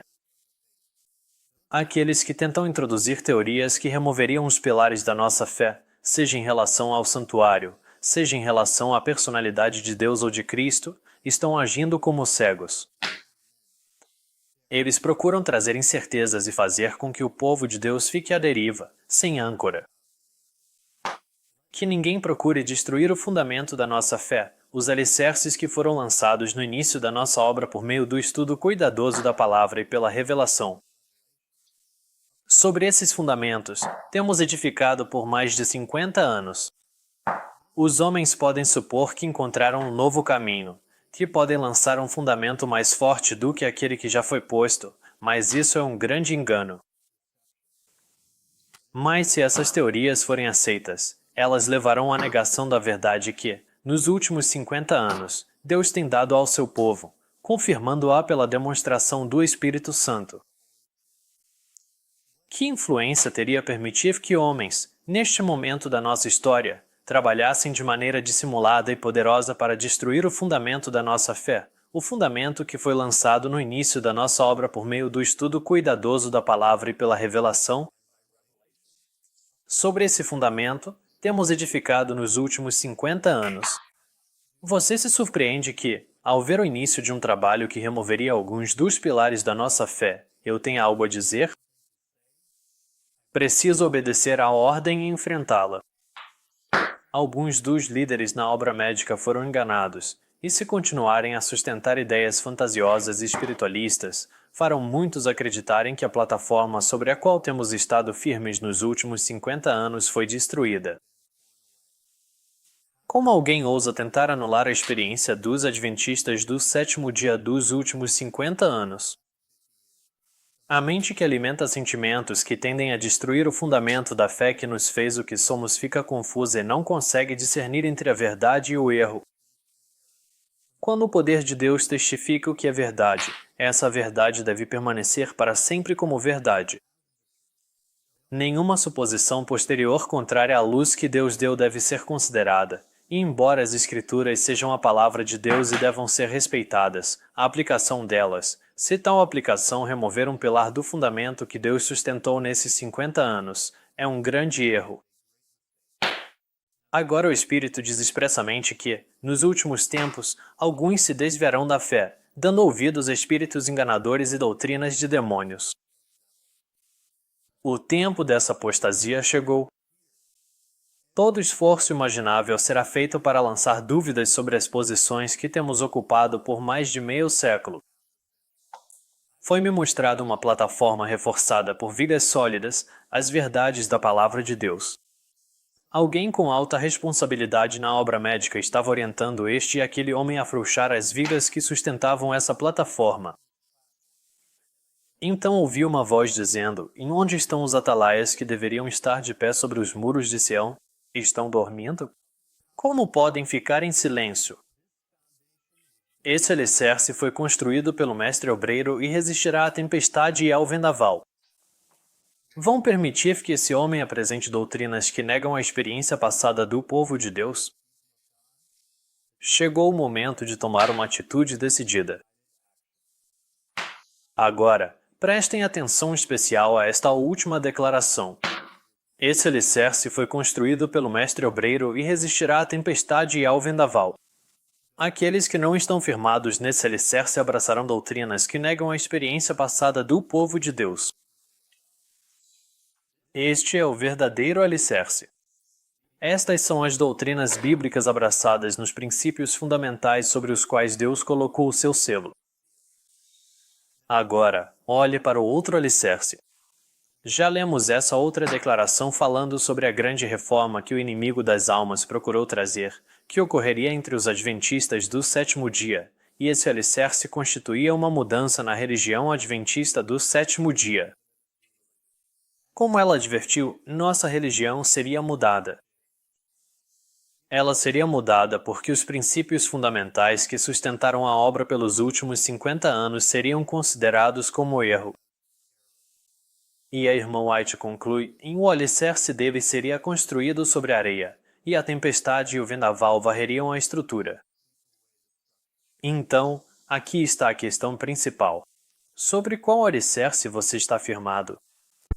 Diga-me se você se mantém firme nas doutrinas dos nossos princípios fundamentais que sustentaram a obra nos últimos 50 anos do movimento adventista, ou se você aceitou doutrinas que negam a experiência passada do povo de Deus, e eu lhe direi sobre qual fundamento você está e qual será o futuro disso. Um fundamento foi construído pelo mestre construtor e resistirá à tempestade e ao vendaval, e o outro fundamento, que considerou os princípios fundamentais como erro, está edificado sobre a areia, e a tempestade e o vendaval varrerão essa estrutura. Existem dois fundamentos, mas ambos existem dentro do adventismo do sétimo dia. O fundamento construído pelo mestre construtor inclui o conhecimento do Filho de Deus, e vemos que aqueles que permaneceram sobre esse fundamento no passado desfrutaram de grande unanimidade e unidade de fé. E então a Igreja Adventista do sétimo dia corporativa de hoje, que busca uma conformidade forçada com suas 28 crenças fundamentais. Todos os adventistas do sétimo dia estão agora, neste momento, sobre um desses dois fundamentos. Então, em qual deles você está? O Dr. John Harvey Kellogg é o homem com quem a irmã White conversou quando disse e alguém com alta responsabilidade na obra médica estava orientando este homem e aquele a afrouxar as vidas que sustentam esta plataforma. O Dr. Kellogg, ao disseminar suas teorias falsas, estava destruindo o fundamento ao introduzir doutrinas que negavam a experiência passada do povo de Deus. Com relação à unidade, o dano que Kellogg estava causando era tão grave que a irmã White instruiu que não deveria haver unidade entre o Dr. Kellogg e os ministros do Evangelho. Ela escreve: dirão que o Living Temple foi revisado, mas o Senhor me mostrou que o autor não mudou, e que não pode haver unidade entre ele e os ministros do Evangelho enquanto ele continuar a nutrir seus atuais sentimentos. Fui incumbida de levantar minha voz em advertência ao nosso povo, dizendo: e não vos enganeis, Deus não se deixa escarnecer. Enquanto as teorias enganosas deste livro forem aceitas por nossos médicos, não pode haver união entre eles e os ministros que estão levando a mensagem do Evangelho. Não deve haver união até que haja uma mudança. Então, quais eram os sentimentos atuais de Kellogg? Esta declaração é de 7 de agosto de 1904. Foi em 1903, apenas alguns meses antes, que Kellogg mudou sua visão de uma perspectiva panteísta de Deus para uma visão trinitariana. Então, novamente, não importa se você diz que a visão errônea dele era a da Trindade ou do panteísmo, pois ambas as visões estavam destruindo o fundamento que foi construído pelo mestre obreiro e dado por ele aos adventistas do sétimo dia para torná-los um povo denominado. E aqui está o ponto: foi porque o Dr. Kellogg havia adotado novas ideias que consideravam como erro aqueles princípios fundamentais mantidos durante os primeiros 50 anos, que o Senhor mostrou a Ellen White que não poderia haver unidade entre ele e os ministros do Evangelho. Os sentimentos atuais que ele alimentava eram de que agora ele dizia acreditar em Deus Pai, Deus Filho e Deus Espírito Santo, e que ele havia aceitado a doutrina da Trindade. Esses eram os sentimentos atuais dele em 1903, apenas alguns meses antes de Ellen White dizer que não pode haver união entre ele e os ministros do Evangelho enquanto ele continuar a alimentar esses sentimentos. Além disso, essa ordem do Senhor de não ter unidade com Kellogg não se limitava a ele, mas também se estendia a outros médicos que adotaram os sentimentos atuais de Kellogg. Ela foi informada de que não pode haver união entre eles e os ministros que estão levando a mensagem do Evangelho. Novamente, essa ordem de não se unir àqueles que adotaram esses erros não veio da própria Ellen White, pois ela disse que foi o que o Senhor me mostrou. E como foi o próprio Senhor quem deu essas instruções, ela acrescentou: e fui incumbida de levantar minha voz em advertência. Foi Jesus quem a mandou dar esse aviso. E o próprio Jesus proibiu o seu povo de se unir àqueles que, como Kellogg, abraçaram doutrinas que negam a experiência passada do povo de Deus.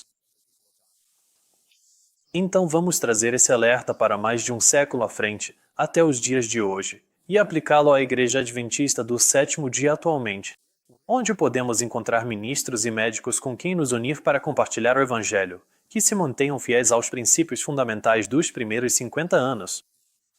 Agindo como se eu apoiasse um ponto de vista antitrinitariano, como chamamos, e eu respondi explicando toda a verdade. Mas absolutamente não. Eu não acreditaria em tudo que você lê na internet. Somente aqueles que estão firmados no alicerce construído pelo mestre de obras é que são seguros para se unir, e Jesus proibiu unir-se com aqueles que não estão. Eu nem preciso me aprofundar nisso para que você entenda e veja a magnitude desse problema. Eles foram guiados pelo Espírito Santo e descobriram as crenças bíblicas e os pilares da nossa fé que tanto prezamos.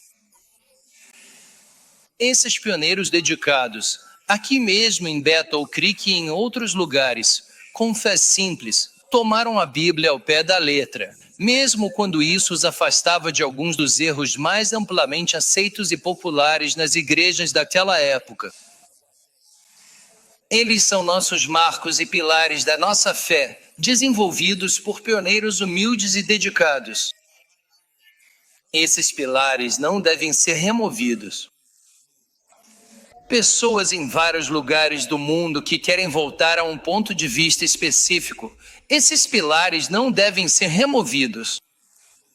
Os princípios fundamentais de 1872 e 1889 não eram usados como um teste de membresia para manter as pessoas sob controle. Não era usado de forma autoritária, mas apenas como uma declaração de entendimentos sobre os quais eles já estavam unidos. Agora, quão diferente isso é das atuais 28 crenças fundamentais da Igreja hoje, que exige que seus membros aceitem e abracem a doutrina da Trindade sob ameaça de punição ou de serem desligados. Em 1861, J.N. Logorog alertou contra o estabelecimento de um credo e disse: o primeiro passo para a apostasia é criar um credo dizendo no que devemos acreditar. O segundo é tornar esse credo um teste de comunhão.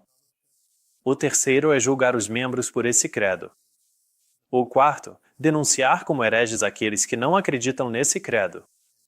E o quinto, começar a perseguir tais pessoas.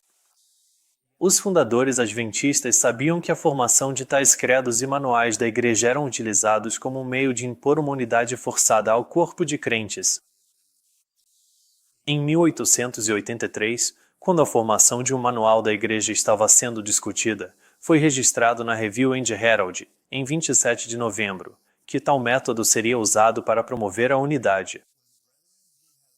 Afirma, quando irmãos que eram a favor de um manual até argumentaram que tal obra não seria nada parecido com um credo ou disciplina, nem teria qualquer autoridade para resolver pontos controversos, mas seria apenas considerada como um livro contendo dicas para ajudar aqueles com pouca experiência, ainda assim deve ser evidente que tal obra, publicada sob os auspícios da Associação Geral, imediatamente carregaria consigo um peso de autoridade e seria consultada pela maioria dos nossos jovens ministros.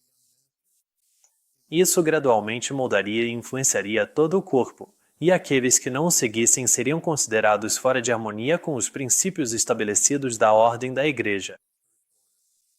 E, na verdade, esse não é o objetivo de um manual? Qual seria a utilidade de um, se não para alcançar tal resultado? Temos preservado a simplicidade e prosperado ao fazer isso. É melhor deixar como está, já que está funcionando bem. Por essas e outras razões, o manual da Igreja foi rejeitado. É provável que isso nunca mais seja trazido à tona. Nesta declaração, eles reconhecem que o propósito de um manual da Igreja seria moldar e influenciar todo o corpo e separar do corpo aqueles que estivessem em desarmonia com ele. Durante a mesma reunião do comitê, a Review and Herald também escreveu, em a opinião unânime do comitê designado para considerar a questão do manual da Igreja que não seria aconselhável ter um manual da Igreja. E repare no motivo pelo qual eles dizem que um manual da Igreja não é aconselhável. Consideramos desnecessário porque já superamos as maiores dificuldades relacionadas à organização da Igreja sem um, e existe perfeita harmonia entre nós sobre esse assunto. Já havia unidade em todo o corpo, como declarado nos princípios fundamentais de 1872 e 1889, e, portanto, não havia necessidade de um manual da Igreja para moldar e influenciar o corpo. Era considerado desnecessário. Foi o Espírito de Deus que trouxe unidade às fileiras, à medida que os adventistas abraçaram os princípios fundamentais que foram testemunhados pelo Espírito Santo e aos quais o Espírito Santo testificou como verdade, e sobre os quais Deus colocou o seu selo. E a grande notícia é que Deus fará isso novamente. À medida que os adventistas do sétimo dia retornarem à fé da qual a organização atual se desviou, ele mais uma vez trará unidade entre os adventistas. Não por força, nem por poder, mas pelo meu espírito, diz o Senhor dos Exércitos. Chegou o momento em que as coisas devem ser chamadas pelos seus verdadeiros nomes. A verdade triunfará gloriosamente, e aqueles que há muito tempo vacilam entre duas opiniões devem tomar uma posição decidida a favor ou contra a lei de Deus. Alguns adotaram teorias que distorcem a palavra de Deus e minam o fundamento da verdade que foi firmemente estabelecido ponto por ponto e selado pelo poder do Espírito Santo. As velhas verdades devem ser revividas para que as falsas teorias introduzidas pelo inimigo possam ser enfrentadas de forma inteligente. Não pode haver unidade entre a verdade e o erro. Só podemos nos unir àqueles que foram levados ao engano quando eles se converterem. O mensageiro inspirado escreveu sob inspiração que as velhas verdades devem ser revividas. Os princípios fundamentais precisam ser revividos se o povo de Deus quiser experimentar novamente aquela unidade da fé. Se você se unir aos seus irmãos em defesa dos antigos marcos, então haverá unidade, mas você permanece na incredulidade, inseguro quanto ao verdadeiro fundamento da fé.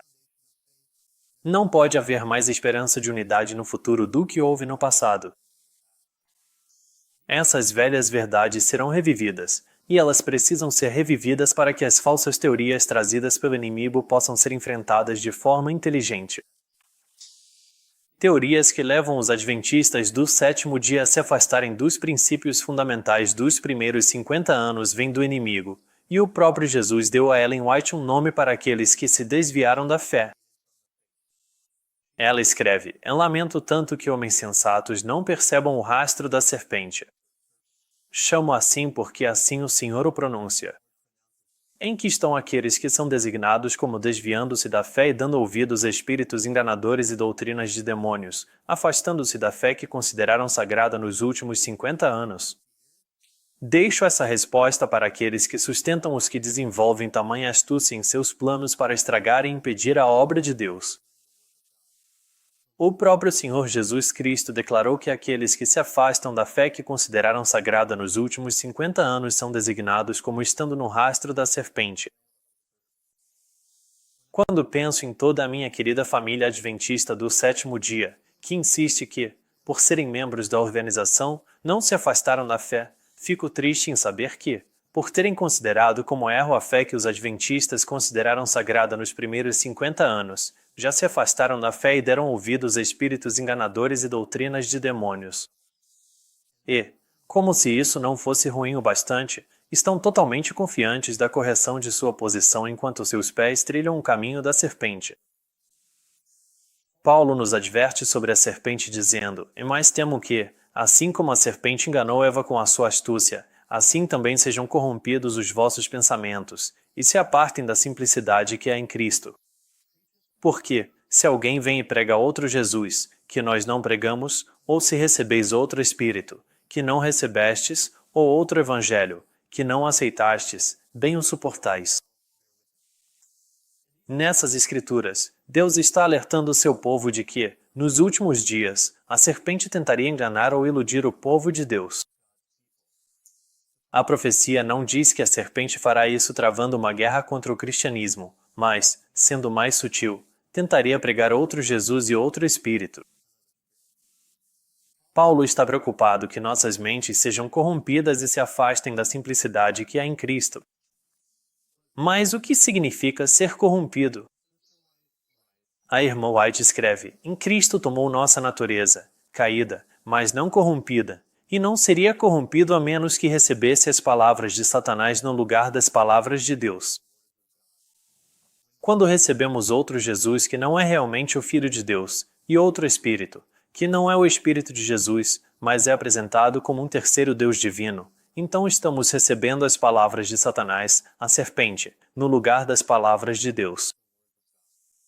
E é por isso que, quando adventistas do sétimo dia ou qualquer cristão se afastam da simplicidade do Evangelho que declara que Deus amou tanto o mundo que deu seu Filho unigênito, e em vez disso aceitam a doutrina serpentina do trinitarismo no lugar das palavras de Deus, estão trilhando o caminho da serpente sendo corrompidos por seu veneno. O propósito do veneno da serpente é causar paralisia e, eventualmente, a morte, e é exatamente isso que aconteceu com o povo de Deus e acontece com eles quando se afastam dele e adoram ídolos. Isso leva à paralisia espiritual e à morte. A razão pela qual as igrejas estão fracas, doentes e prestes a morrer é que o inimigo trouxe influências de natureza desanimadora sobre almas trêmulas. Ele procurou tirar Jesus de sua visão como consolador, como aquele que repreende, que adverte, que os admoesta dizendo: "Este é o caminho." Andai por ele. As igrejas estão fracas, doentes e prestes a morrer. Por quê? Porque abraçaram a doutrina satânica que exclui Jesus de sua visão como Consolador. Eles não acreditam que Jesus é o Consolador. Eles acreditam que o Consolador é outro Espírito, outro Deus. E é por isso que as igrejas estão fracas, doentes e prestes a morrer, sofrendo porque abraçaram o veneno da serpente. Não se deixe enganar. A doutrina da Trindade não é bíblica. Ela prega outro Jesus, outro Espírito e outro Evangelho. O fato de todo mundo cristão ter abraçado essa doutrina não é evidência de que ela vem de Deus, mas sim apenas prova da sutileza da serpente. Aqui está uma imagem de uma serpente. As características mais notáveis e distintas da serpente são as escamas verdes, suas duas presas e os olhos redondos e brilhantes. Aqui está uma ilustração de uma serpente, exceto que esta foi construída no design do Salão das Audiências Pontifícias. Atrás do Papa, no palco, há um cenário de aparência bastante demoníaca, com simbolismo oculto escondido, enquanto retrata um Jesus bastante emagrecido, supostamente em sua ressurreição. É daqui, entre as presas na boca da serpente, que o Papa fala ao mundo proclamando doutrinas venenosas, cujo coração é o ensino da doutrina da Trindade. O Manual do Católico de hoje afirma na página 11: o mistério da Trindade é a doutrina central da fé católica. Sobre ela se baseiam todos os outros ensinamentos da Igreja. E hoje, o protestantismo passou a aceitar a sutil doutrina da serpente como padrão da fé cristã. Eu sei que Jesus deseja unidade, e sabemos que, no fim dos tempos, ele a terá. Mas também sabemos que o diabo quer unidade, e sabemos que, no fim dos tempos, ele a terá. Onde você se posiciona não depende de ter ou não unidade, mas sim do que você está unido. Em Efésios capítulo 4, sabemos que Deus deu dons aos homens por meio do seu Espírito e que esses dons são para a edificação do corpo de Cristo, até que todos cheguemos à unidade da fé e ao conhecimento do Filho de Deus. Se essa é a plataforma sobre a qual você deseja se unir, então eu o convido a obter uma cópia dos Princípios Fundamentais de 1889. Você pode encontrá-los online em jugmentor.org. Se, por outro lado, você acredita, como o papado, naquela solidariedade global que flui do mistério da Trindade, ou como a Igreja Adventista do Sétimo Dia, que a unidade tem sua fonte na unicidade do Deus Triuno, então nunca poderemos estar unidos. Eu não posso, e pela graça de Deus não vou, me unir a ninguém para pisotear as leis do céu. Ao se aproximar do fim de sua vida, a irmã White disse: em meio à apostasia predominante quanto à presença e personalidade de Deus, desejo que todos saibam que permaneço na mesma plataforma de verdade que mantivemos por mais de meio século. Esse é o testemunho que desejo dar no dia em que completo 78 anos de idade. E aqueles que tentam minar os pilares da nossa fé estão entre aqueles dos quais a Bíblia diz que, nos últimos tempos, alguns se desviarão da fé, dando ouvidos a espíritos enganadores e doutrinas de demônios. Não é minha intenção, ao compartilhar este vídeo, corrigir a Igreja Adventista. Temo que o Senhor diria hoje, como no passado, em Efraim está entregue aos ídolos. Deixai-o. Portanto, não vejo razão para que a Igreja Adventista do Sétimo Dia algum dia mude sua posição e tampouco os pastores dentro da organização. Por causa da posição da Igreja hoje, sua posição firme, nós nunca vamos mudar. Passamos por 1,5 séculos de evolução e chegamos a essa posição muito firme, essa posição bíblica que articulei para vocês hoje e que está em nossas crenças fundamentais. Nós nunca vamos mudar. Nós nunca vamos voltar atrás. Nunca vamos voltar ao ponto em que os pioneiros estavam no início do movimento, no que diz respeito ao ensino deles sobre a Trindade. Mas, para os antitrinitarianos mais militantes e agressivos, vocês nunca vão encontrar paz. Vocês nunca vão encontrar paz porque não vão mudar a Igreja. Faremos mais simpósios como este. Enviaremos mais estudiosos, mais professores. Vamos escrever mais. A evidência está aí. Nós não vamos mudar. Vocês estão dando murro em ponta de faca. Criem sua própria igreja antitrinitariana, porque aqui vocês nunca vão encontrar paz. Nós vamos lutar contra vocês. Concordo. A igreja não vai mudar nem jamais voltará à fé que uma vez foi entregue aos santos, da qual se desviou, especialmente considerando que, no alerta da irmã White de que nossa religião seria mudada e os princípios fundamentais que sustentaram a obra nos últimos 50 anos seriam considerados erro, ela concluiu seu aviso dizendo que o alicerce dele seria construído sobre areia e que tempestade e tormenta varreriam a estrutura.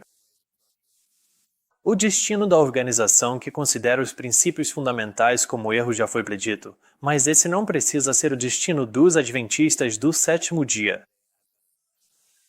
Embora eu não acredite que a própria organização vá algum dia corrigir sua posição, aqueles que estão dentro dela ainda podem fazê-lo. Reconheço que a maioria dos adventistas do sétimo dia não tem conhecimento da maior parte dessas coisas e desconhece grande parte da nossa própria história. Portanto, minha intenção neste vídeo é apenas fazer um apelo aos adventistas do sétimo dia para que estudem a história da nossa igreja e investiguem profundamente o fundamento sobre o qual estão firmados, para que não sejam enganados. Por favor, pesquisem e estudem os princípios fundamentais de 1889. Esse fundamento foi construído pelo mestre dos obreiros e resistirá à tempestade e ao vendaval. Lembre-se, existem apenas 2 fundamentos. Um será varrido, e o outro permanecerá. Então escolha com sabedoria sobre qual fundamento você está firmado. No fim dos tempos, assim como no início, haverá apenas 2 classes de adoradores. Há aqueles que adorarão a Deus em espírito e em verdade, unidos pelo conhecimento do Filho de Deus, e aqueles que adoram a besta e sua imagem, acreditando que Cristo não é realmente o Filho de Deus. Essa controvérsia sobre a filiação de Cristo foi predita nas vidas de Caim e Abel. Pela fé, Abel ofereceu a Deus um sacrifício mais excelente do que Caim, pelo qual obteve testemunho de que era justo, Deus dando testemunho dos seus dons, e por meio disso, mesmo depois de morto, ainda fala. Todos que têm conhecimento de Deus e de Jesus Cristo, o Filho de Deus, podem ter uma fé tão pura quanto a de Abel. Existe uma experiência verdadeira, um conhecimento seguro de Deus e de Jesus Cristo, que conduz à salvação.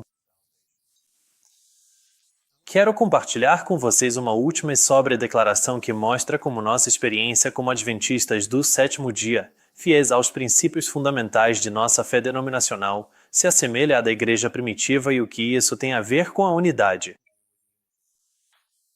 Enquanto a perseguição continuava, a igreja permanecia relativamente pura, mas quando cessou, foram acrescentados conversos menos sinceros e devotados, e assim abriu-se caminho para que Satanás obtivesse uma base. Mas não há união entre o príncipe da luz e o príncipe das trevas, e não pode haver união entre seus seguidores. Quando os cristãos consentiram em se unir àqueles que estavam apenas meio convertidos do paganismo, entraram em um caminho que os levou cada vez mais para longe da verdade. Satanás exultou por ter conseguido enganar um número tão grande de seguidores de Cristo. Ele então concentrou ainda mais seu poder sobre esses e os inspirou a perseguir aqueles que permaneceram fiéis a Deus. Ninguém sabia tão bem como se opor à verdadeira fé cristã quanto aqueles que um dia foram seus defensores, e esses cristãos apóstatas, unindo-se a seus companheiros meio-pagãos, direcionaram sua guerra contra os aspectos mais essenciais das doutrinas de Cristo. Após um longo e severo conflito, os poucos fiéis decidiram romper toda a união com a igreja apóstata, caso ela continuasse se recusando a se libertar da falsidade e da idolatria. Eles perceberam que a separação era uma necessidade absoluta se quisessem obedecer à palavra de Deus. Eles não ousaram tolerar erros fatais para suas próprias almas, nem dar um exemplo que colocasse em risco a fé de seus filhos e dos filhos de seus filhos. Para garantir a paz e a unidade, eles estavam dispostos a fazer qualquer concessão que fosse compatível com a fidelidade a Deus, mas sentiam que até mesmo a paz seria um preço alto demais se viesse ao custo do princípio. Se a unidade só pudesse ser alcançada pelo compromisso da verdade e da justiça, então que houvesse diferença e até mesmo guerra. Seria muito bom para a Igreja e para o mundo se os princípios que motivaram aquelas almas firmes fossem revividos no coração do povo que professa ser de Deus.